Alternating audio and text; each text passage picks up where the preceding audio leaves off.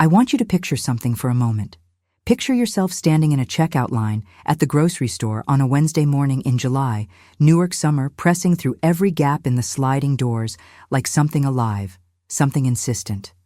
You have a box of pasta in one hand, your phone in the other. The air conditioning has been broken for 3 days. You know this because you live nearby, close enough to walk, close enough to hear the hum of the converted factory apartments through the thin walls of your duplex, close enough that this grocery store feels like an extension of your living room. You know the cashier's name. You know which impulse candy is stocked on which side of the register. You know this particular fluorescent light flickers every 40 seconds. You are 41 years old, standing between the candy rack and the coupon display, and you are about to have your entire life rearranged by 11 words on a glowing screen. But before I take you to that checkout line, before I show you exactly what those 11 words cost me and what they ultimately revealed, I need you to feel what it felt like to be me at the peak of it. The real peak. Not the grocery store, the kitchen. 6 weeks later. My sister sitting across from me at my own table. 43 pages of documentation spread between us like a map of every lie she had ever told, and me looking at her with a stillness I had never accessed in my entire life. Not anger, not tears. Stillness. The kind that comes after you have cried everything out, and what remains is something harder and quieter and far more dangerous to a person who expected you to fall apart. That is where this story ends. Let me take you to where it began. My name does not matter for this story. My age does. 41. I am 41 years old. I live in Newark, New Jersey, in a duplex in an industrial neighborhood where brick factories have been converted to apartments and you can hear everything through the walls. Music at midnight, arguments before dawn, laughter from the family upstairs on Sunday mornings that I have trained myself not to envy. I moved here 15 years ago when I first struck out on my own, and I built a small, functional, dignified life inside these walls. That morning, Wednesday, July, heat like a hand on the back of your neck, I had walked to the grocery store because I needed pasta and olive oil and something green. Red beans and rice had been simmering on my stove since 6 in the morning, the way my mother taught me. Low heat all day until everything goes soft and rich and smells like home. I was wearing my rust-colored cardigan with the wooden buttons because even in July, even with broken air conditioning, I always run cold inside stores. It is the one vanity I allow myself. Comfort clothing that looks intentional. I had my rosary beads hanging from the bedroom mirror when I left, same place they have lived for 15 years. My plastic pill organizer with the days of the week was on the bathroom counter. Wednesday's compartment was already open. Wednesday, my wedding day. I checked my phone in line the way you do when you are waiting, the automatic gesture of a person with nothing urgent on their mind. The message had come in at 11:47 p.m. the night before.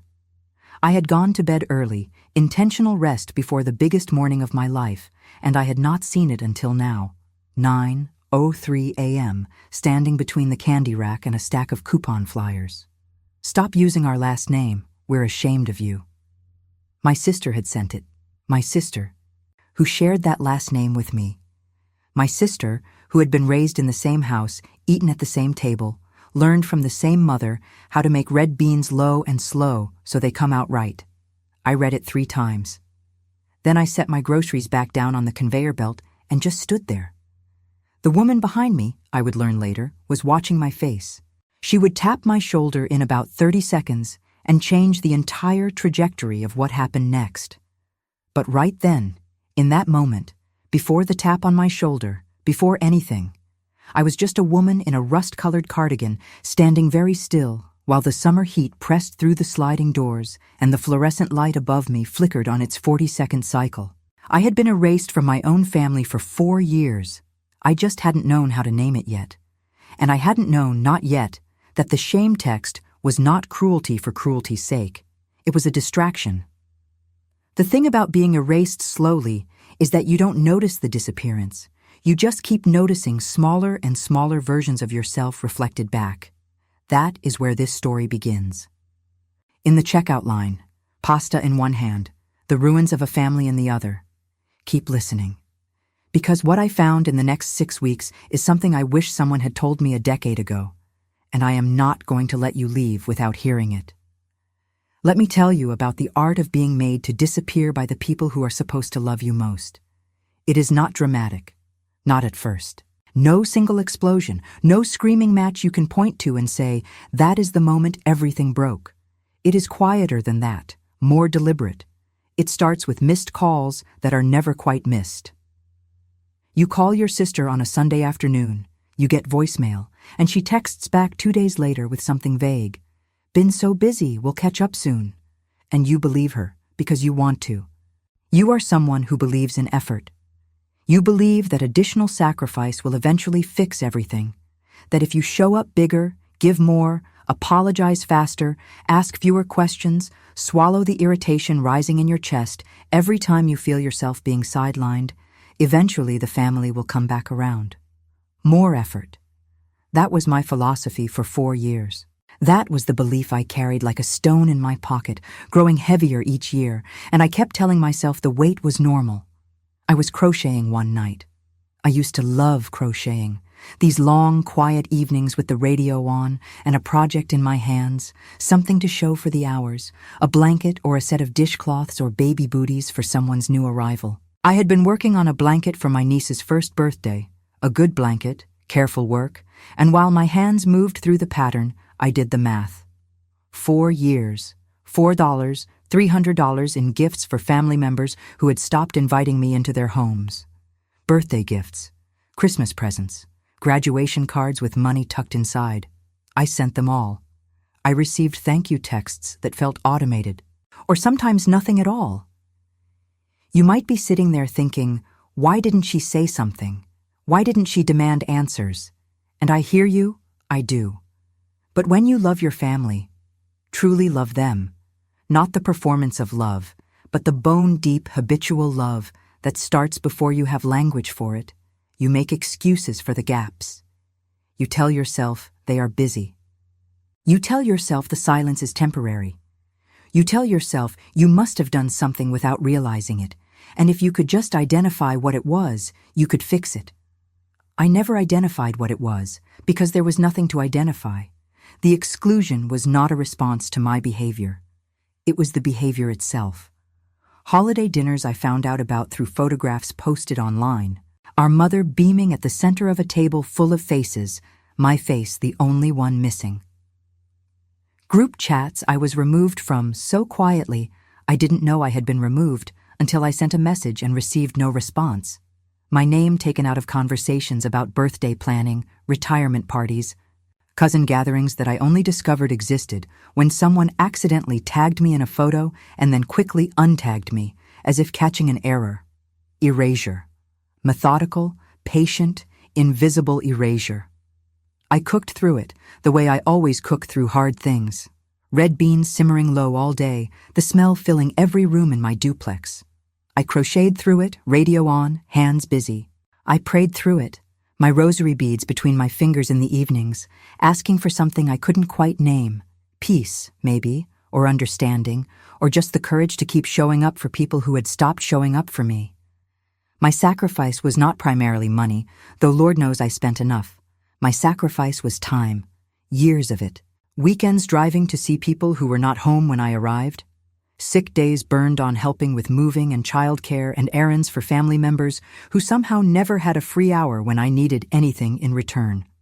My wedding planning, done entirely alone. Every venue call, every catering question, every invitation order. Every time I asked for input, I received silence. And I interpreted that silence as busy schedules, not indifference, not orchestration. Here is what I did not understand then, sitting in my duplex with the fan spinning above me and a blanket half finished in my lap. There is a difference between people who are thoughtless and people who are calculating. Thoughtless people forget things. Calculating people remove things strategically. I kept treating a calculation like an accident, kept bringing more kindness to a table where kindness was being collected and cataloged and used. What I also did not understand, could not have understood without someone from outside telling me, was that the emotional erasure and the financial maneuvering were not separate situations. They were the same situation. The invisibility was preparation. If you can make a person doubt her own perceptions for long enough, she stops checking things. She stops counting. She stops looking at bank statements. She becomes so focused on the question of why her family doesn't love her that she forgets to ask what they are doing with her money. I did not know about the money yet. Not on that crocheting night with the radio on. Not yet. That part of the story was still 14 months old and growing silently in the background like something planted in the dark. But seeds were there if I had known how to look. There is a particular kind of grief that arrives not when you lose something, but when you finally understand what was taken. Grief with an edge to it, a coldness behind it. By the time I got home from the grocery store that Wednesday morning, my wedding day, still technically my wedding day, the red beans still warm on the stove, I had stopped crying. The woman behind me in the checkout line had tapped my shoulder and said something that changed the temperature of my entire body, and I will tell you exactly what she said in a moment. But first, I need to tell you about the bank account, because nothing else makes sense without it. 6 years earlier, when my mother was first diagnosed and the medical bills started arriving in envelopes that felt heavier than they should, my sister and I had opened a joint account together. Our idea, though in retrospect, I understand whose idea it really was. We pooled money for the co-pays, the specialist visits, the medications, the equipment. I contributed more because I had more. I had worked steadily, carefully, without spending recklessly, building a modest financial foundation that I was proud of. My sister knew this. She had always known exactly what I had because I was never secretive about it. I trusted her with the account the way you trust family with things you would never hand to a stranger, completely, without checking.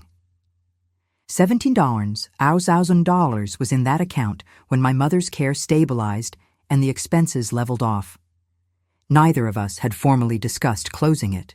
It just sat there, my name on it, her name on it, the money resting. The woman in the checkout line, I will call her Margaret because that was her name, and she deserves to be named, had seen my phone screen. Not reading it, she told me carefully, but she had seen my expression and recognized it. The particular collapse of a face that has just received information that cannot be unreceived. She asked if the person who sent the message had access to any of my accounts or assets. I told her about the joint account without thinking, automatic, the way you answer a direct question when you are in shock.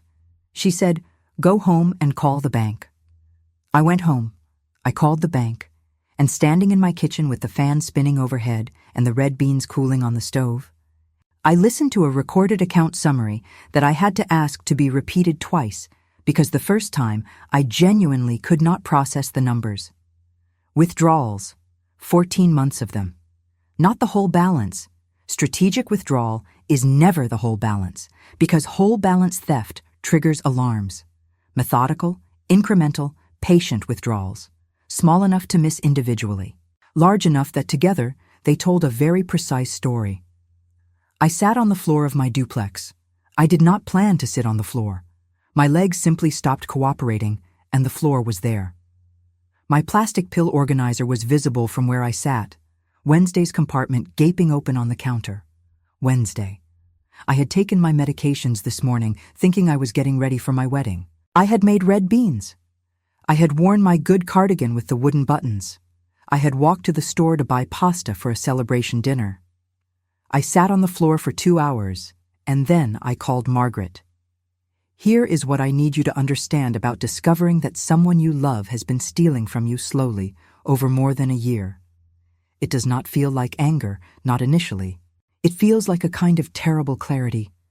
Like when your eyes finally adjust in a dark room and you realize the shapes you thought were furniture are something else entirely. Every moment I had spent blaming myself for the estrangement. Every apology offered, every gift sent, every extra mile driven, reframed itself in a single instant. I had not been excluded because I had done something wrong. I had been excluded because I had something they wanted, and proximity meant the possibility of scrutiny. Remove her from the family. Shame her. Keep her destabilized.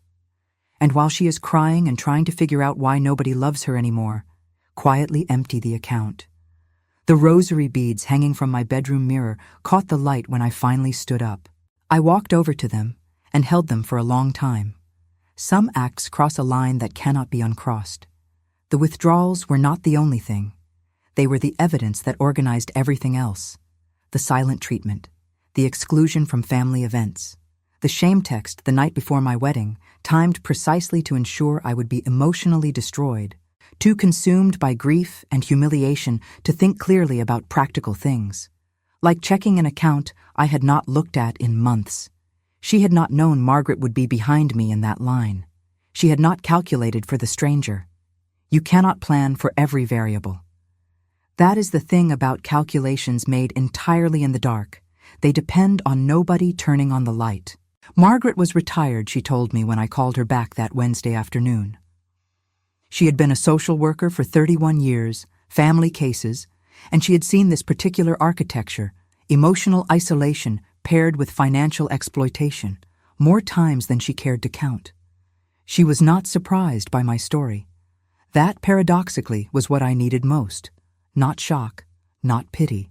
Just the calm recognition of someone who understood exactly what I was describing and did not require me to convince her it was real. You're going to want documentation, she said, not for your peace of mind, for the record. I had spent 4 years in a family that denied my perceptions, questioned my memory, reframed my legitimate concerns as oversensitivity and neediness. To have a stranger, a woman who owed me absolutely nothing, who had a full life to return to after this unexpected involvement, sit on the other end of a phone call and say, "This happened. This is a pattern. This has a name."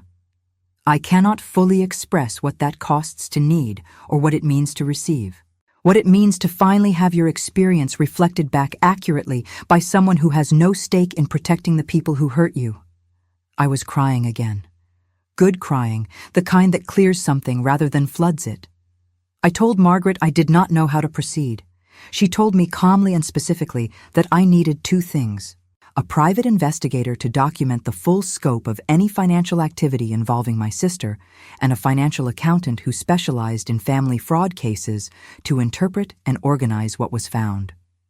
The word fraud sat in my chest like a stone. My family had used that word about other people. I had used it about other people.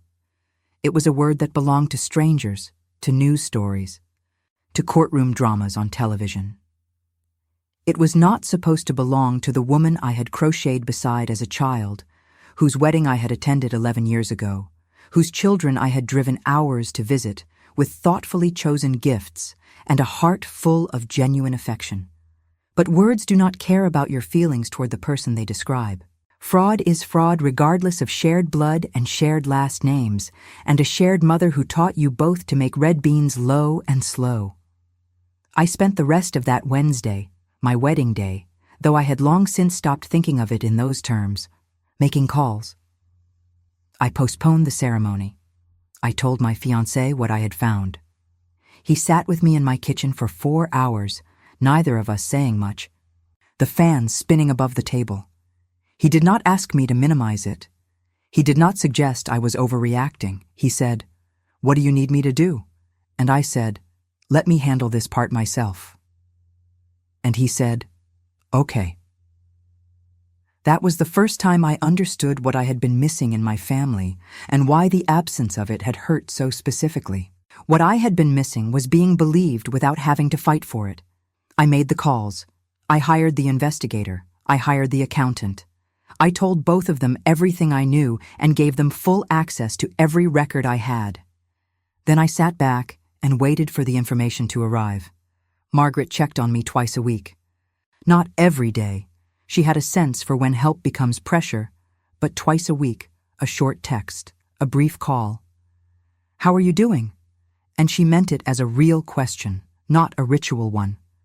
I started looking forward to her texts. I started telling her things I had not told anyone in years, about the crocheting I had set aside, about the radio I had stopped turning on, about the rosary beads and what it felt like to hold them and ask for guidance without knowing what guidance would even look like at this point.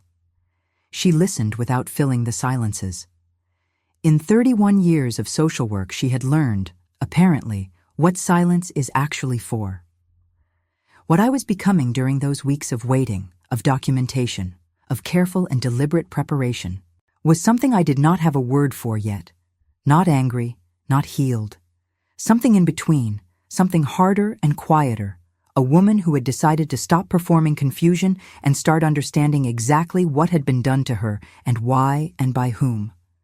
A woman who had stopped asking why her family didn't love her and started asking different, sharper, more useful questions. The investigator called me on a Tuesday morning 3 weeks into the engagement. He had 43 pages. He asked if I wanted to meet in person or receive the documents digitally. I said, both. If you have ever had to perform normalcy while internally carrying something enormous, you know the particular exhaustion of it. Not tiredness, exhaustion.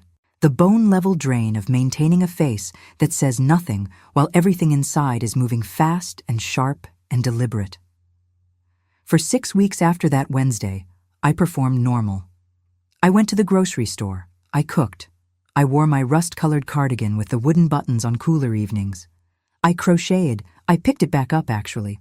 Not because I felt like it, but because it gave my hands something to do that was not typing frantic searches or calling the bank again to reconfirm numbers I had already confirmed.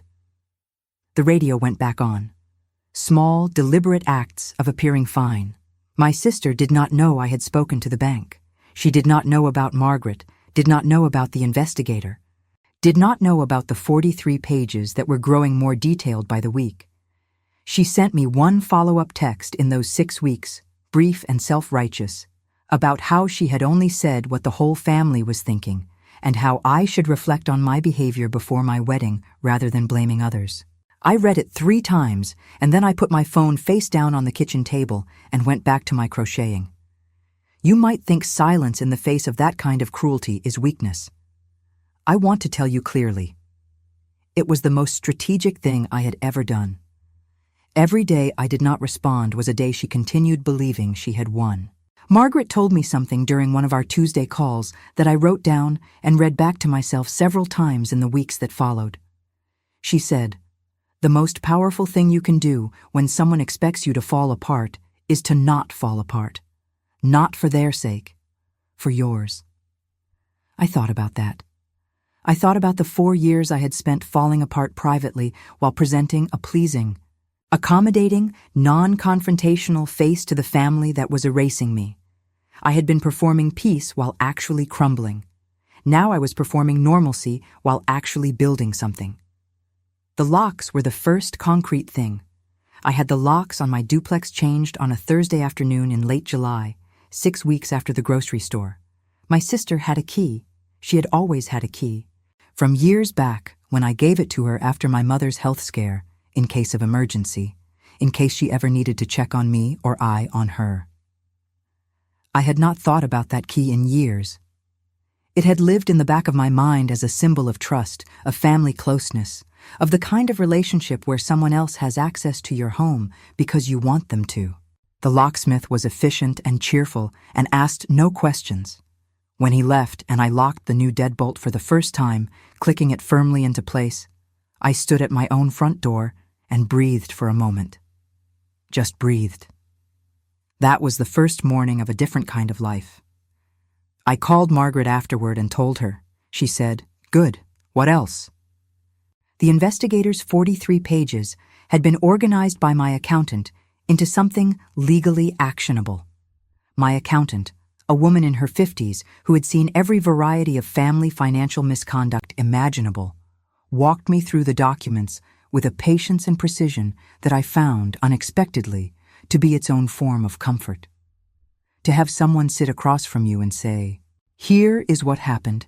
Here is the evidence. Here is what it means. Here is what your options are." After 4 years of having my perceptions denied, the plain factual language of documentation felt almost like kindness. The fight was underway. Not the emotional fight. I had been fighting that for years, invisibly, exhaustingly, without tools or allies or accurate information. This was a different kind of fight, colder, more specific, expert level.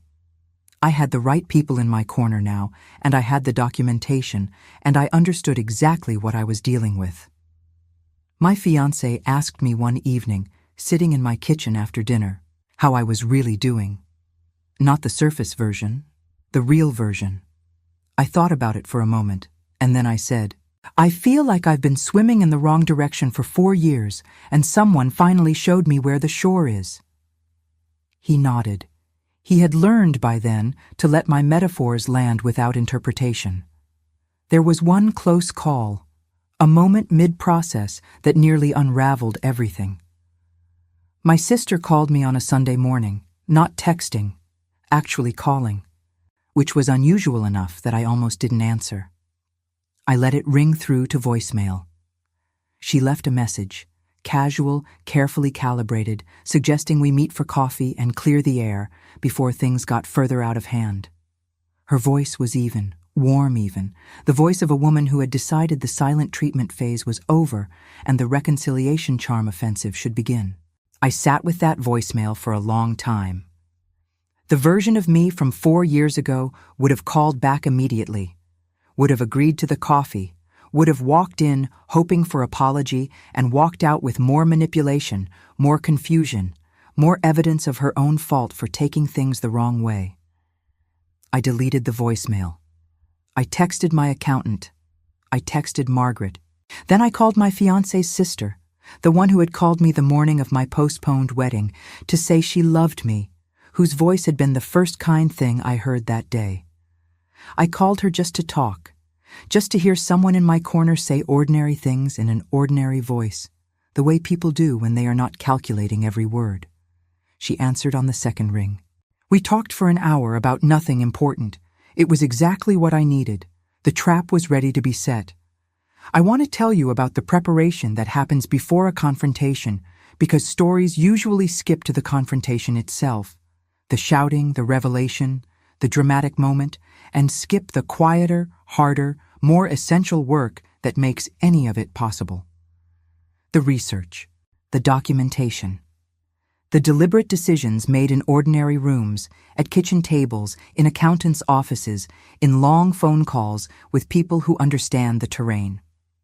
My accountant had identified, across the 43 pages, a pattern so clear and documented that there was nothing my sister could dispute, deny, or reframe. The withdrawals were not coincidental or ambiguous. They were timed, incremental, and systematic, always under the threshold that triggers automatic bank alerts, always on weekdays when I was working, always spaced far enough apart that no single one of them looked like anything other than routine. The account had been designed, in her mind, to fund my mother's care. What she had been funding, in practice, was a supplemental income stream that had been running quietly beside her regular finances for 14 months.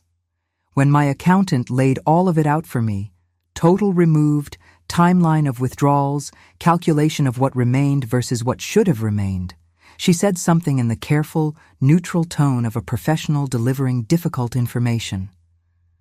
This is not ambiguous. This is not a misunderstanding. This is theft. She said it without drama and without emphasis, the way you state a fact when the fact is simply true. My fiancé had seen the documents by then. He was the kind of man who did not perform outrage on my behalf, which I appreciated. He asked 2 questions. Are you safe? And what do you need from me? Both of which were the right questions in exactly the right order. The meeting I requested from my sister was careful in its framing. I texted her, not calling, not giving her the advantage of hearing my voice and calibrating accordingly. I said I would like to talk, privately, just the 2 of us, at my home. I did not tell her why. I did not give her anything to prepare for. I knew her well enough to know that if she suspected the meeting had a specific purpose, she would arrive with a prepared narrative, pre-packaged explanation, and the particular brand of calm aggression she had always used when she felt cornered. I wanted her to arrive expecting the version of me she had last seen in that grocery store, reading a devastating text with a box of pasta in her hand. She agreed to come on a Friday evening. She texted back quickly, which told me she was eager to control the conversation, to manage the reconciliation on her terms, to complete the charm offensive she had attempted with that Sunday morning phone call. She said she was glad we were talking. She said she had missed me. I read that, and I thought about the 43 pages on my kitchen table. Then I thought about the Porsche Cayenne I had noticed in her driveway the last time I had driven past her house, maybe 18 months ago. Ocean blue, new, the kind of vehicle that announces a certain financial comfort loudly and without apology. I had thought at the time that her income had improved. That business was good. That she had made some investment that paid off. I had felt a small, honest flicker of happiness for her, the way you do when someone you love is doing well. I understand now where that ocean blue comfort came from. Not from her income, from mine. I am going to say something here, and I want you to sit with it. The most clarifying emotion is not anger. Anger clouds. The most clarifying emotion is the quiet, settled recognition of what is actually true. When I looked at those 43 pages, I did not feel rage, not in the white-hot sense. I felt something colder and more precise. The feeling of a person who finally has a complete picture of a room she has been standing in blindfolded for 4 years. The locksmith had changed my locks 3 weeks before. The documentation was in order. The investigator had submitted his findings. My accountant had prepared the summary. Margaret had been briefed. My fiancé knew everything. Friday evening. My kitchen table. 43 pages in a manila folder. I put the kettle on when I heard her car pull into the shared driveway. I remember that. The sound of her engine on my driveway. The familiar rhythm of her car door. Her footsteps on the path. All the sounds of a sister arriving. All the ordinary acoustics of family. I put the kettle on. I sat down at my kitchen table. And I waited. She came in looking confident. That was the first thing I noticed. The particular confidence of someone who has rehearsed the conversation they expect to have. Warm but measured. Slightly penitent, as if here to offer a minor apology for the text and then steer things toward normalcy. She looked around my kitchen the way she always had, taking inventory of my life without quite knowing she was doing it. I had the kettle on. I had the 43 pages in the manila folder face down on the table beside my cup. I had not dressed up or dressed down. I was in my rust-colored cardigan with the wooden buttons, the same one I had been wearing in the grocery store. Deliberate choice. I wanted her to look at me and think, this is the woman who received my text and fell apart. This is the same person, not a threat. She sat down. She started talking. Something about how families go through rough patches, about how the text had been poorly worded, about how she hoped we could move forward with the wedding planning and put the last few months behind us. Her voice was calibrated and gentle and entirely rehearsed. I let her finish.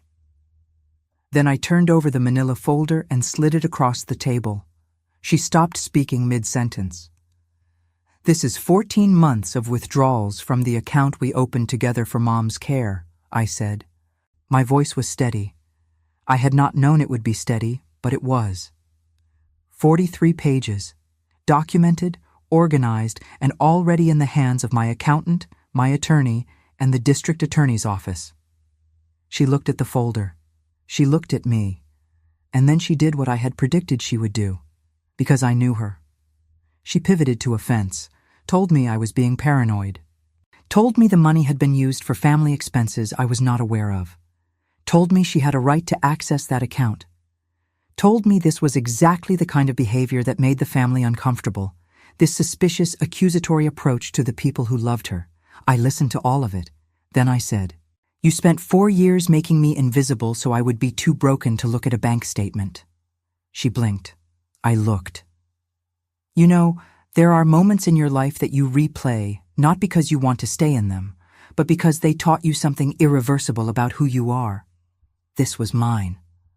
I had spent 4 years doubting my perceptions, apologizing for sensitivities I had been told were unreasonable, searching myself for the flaw that had caused my family to pull away. I had swallowed my own clarity again and again because the people who should have reflected it back to me had interest in keeping me confused. And sitting at my kitchen table with a manila folder between us, I was done swallowing anything. "The account was opened for Mom," I said. "That was the only purpose we agreed on. That purpose ended. The money was mine. You knew that."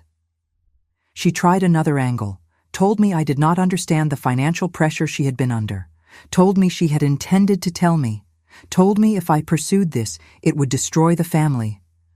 I thought about that for a moment. The family. The group chats I had been removed from. The holiday dinners I found out about in photographs. The $4, $300 in gifts I sent over 4 years to people who did not invite me to their tables. The shame text at 11:47 p.m. the night before my wedding. "You destroyed this family," I said. "I'm just reading the autopsy." That is not the line I planned. It arrived on its own, the way true things do. She had no response for it. For the first time in our adult lives, I watched my sister sit across from me with no calculated response available, and the silence that followed was not the silence of her power over me. It was the silence of its absence. "I don't want an apology," I told her. "I don't need one from you. What I need has already been filed." She stood up. She said things on her way to the door, threats really, dressed as concerns, about what this would do to our mother, what it would do to her children, what it would do to the family name. I watched her go. I heard the driveway.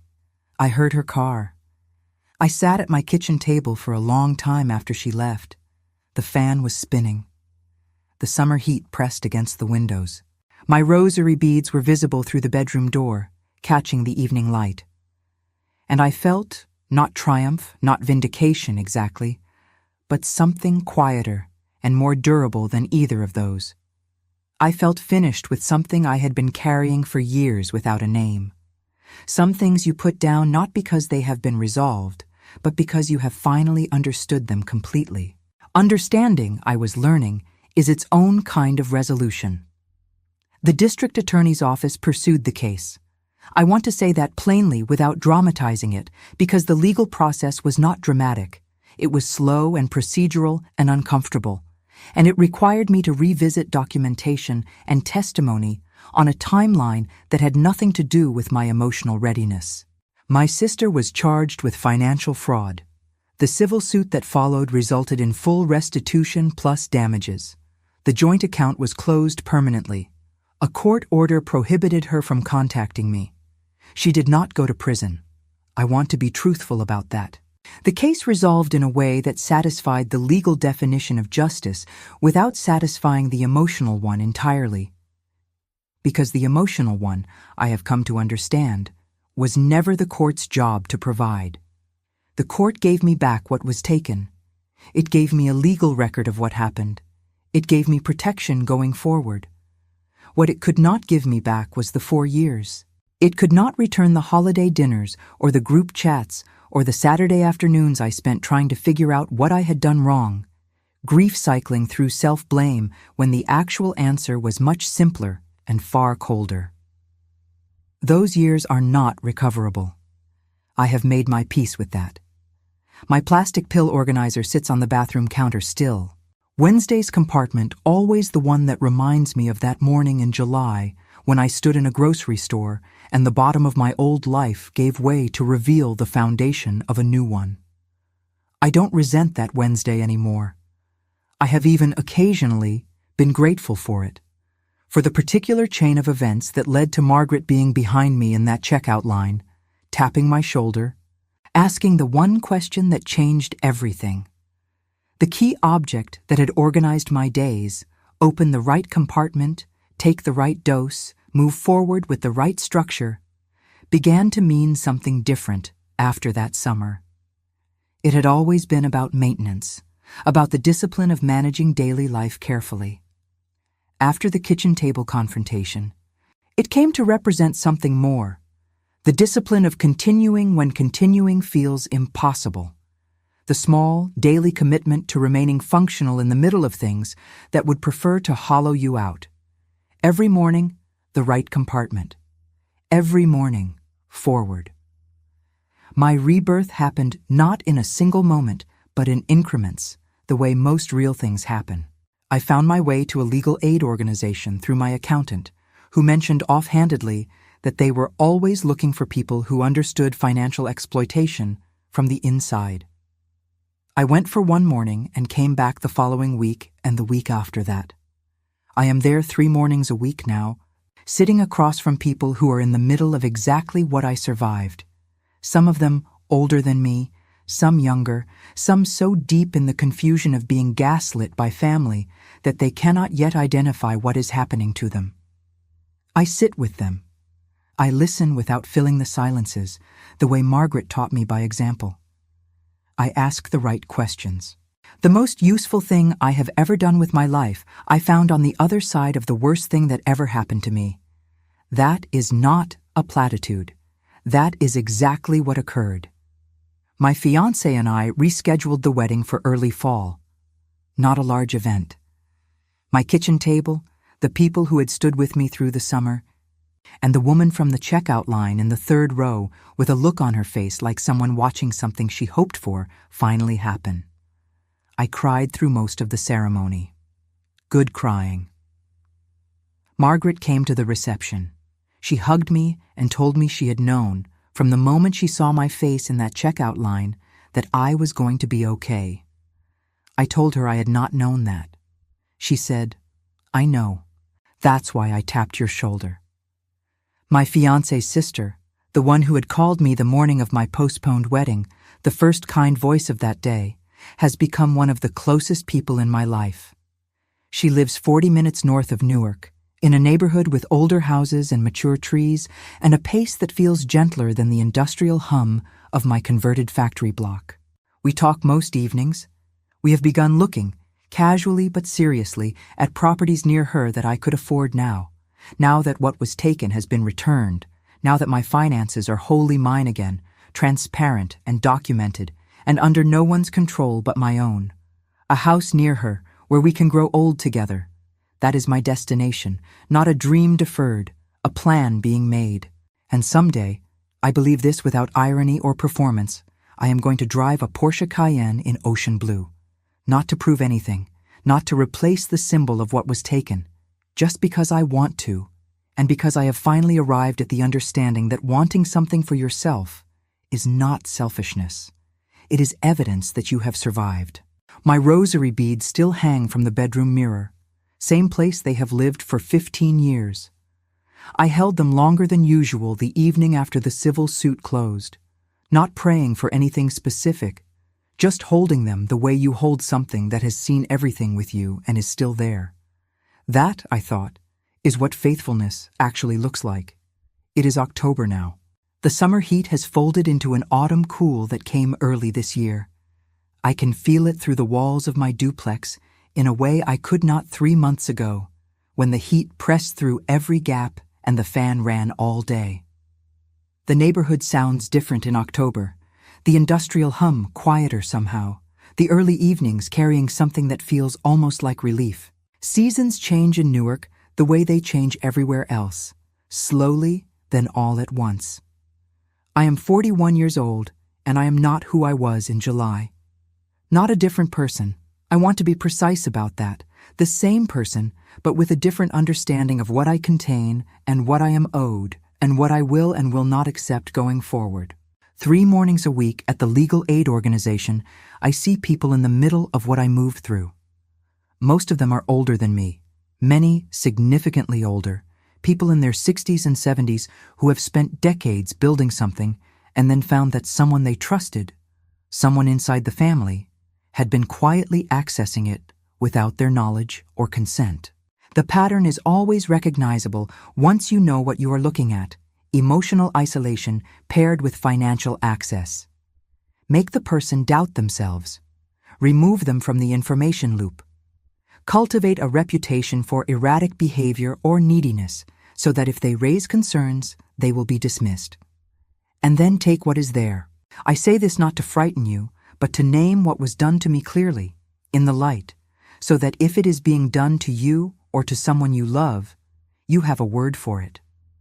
Financial exploitation within families is not rare, and it is not fringe. During the pandemic, research showed that abuse increased to 1 in 5 seniors, and most of that abuse, the overwhelming majority, came from inside the family. Not strangers, people who were trusted, people who had keys, who had account access, who knew exactly what was there and had long-term proximity to reach it. And the isolation that makes this exploitation possible is not just an emotional wound.